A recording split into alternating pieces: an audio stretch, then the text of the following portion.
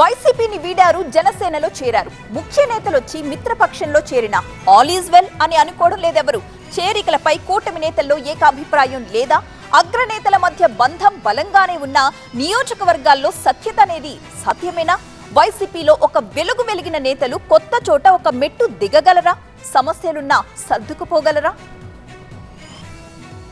చేరికలు ఏ పార్టీకైనా మంచిదే, కానీ ఎన్నికల ముందైతే ఆ లెక్క వేరే.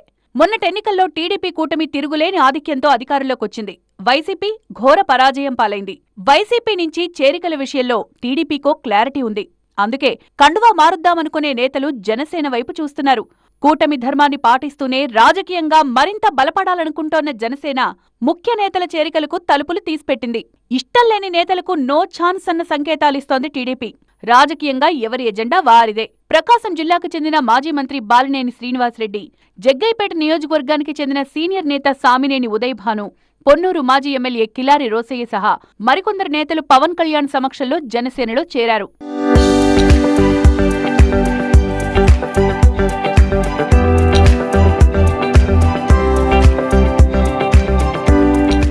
మాకు రాజకీయాలు కొత్త ఏం కాదు. గత 30 సంవత్సరాల నుంచి రాజకీయాల్లో నేను పనిచేస్తా ఉన్నాను. రాజకీయాల్లో శాశ్వత శత్రుత్వం కానీ శాశ్వత మిత్రత్వం అనేది ఉండదు. తప్పకుండా మనం కలిసి పనిచేయడం కోసం మాకు ఎటువంటి అభ్యంతరం లేదు. జనసేనలో చేరిన నేతలు టీడీపీ, బీజేపీలతో కూడా సమన్వయం చేసుకోవాల్సి ఉంటుంది. కానీ కొన్ని చోట్ల అది సాధ్యమయ్యేలా కనిపించడం లేదు. ఎందుకంటే నియోజకవర్గాల్లో టీడీపీ ఎమ్మెల్యేలతో విభేదాలున్న నాయకులు కండువాలు మార్చేయగానే కావలించేసుకునే పరిస్థితి అయితే ఉండదు. జనసేనలో బాలినేని చేరిక ఖాయమని తెలిసాక కూడా వెనక్కి తగ్గలేదు ఒంగోలు టీడీపీ ఎమ్మెల్యే. జనసేనలో చేరిన బాలినేని వదిలేది లేదంటూ దామచర్ల జనార్దన్ చేసిన హెచ్చరికలు కూటమిలో హాట్ టాపిక్ గా మారాయి. పవన్ కళ్యాణ్ గారు ఇలాంటి వ్యక్తిని ఎందుకు చేర్చుకోవాల్సి వస్తుంది? ఇతను ఏమన్నా ఎమ్మెల్యేనా, ఎమ్మెల్సీనా, లేకపోతే ఇంకోట? పవన్ కళ్యాణ్ గారు ఎందుకు అంత తొందరపడి 100 రోజుల్లోనే ఇతను చేర్చుకుంటున్నారా అనేది మాకు అర్థం కావట్లేదు. రేపు ఇతను కేసుల్లో కానీ ప్రూవ్ అయిపోతే పవన్ కళ్యాణ్ గారు కూడా ఇతను కాపాడలేని పరిస్థితి వస్తుంది.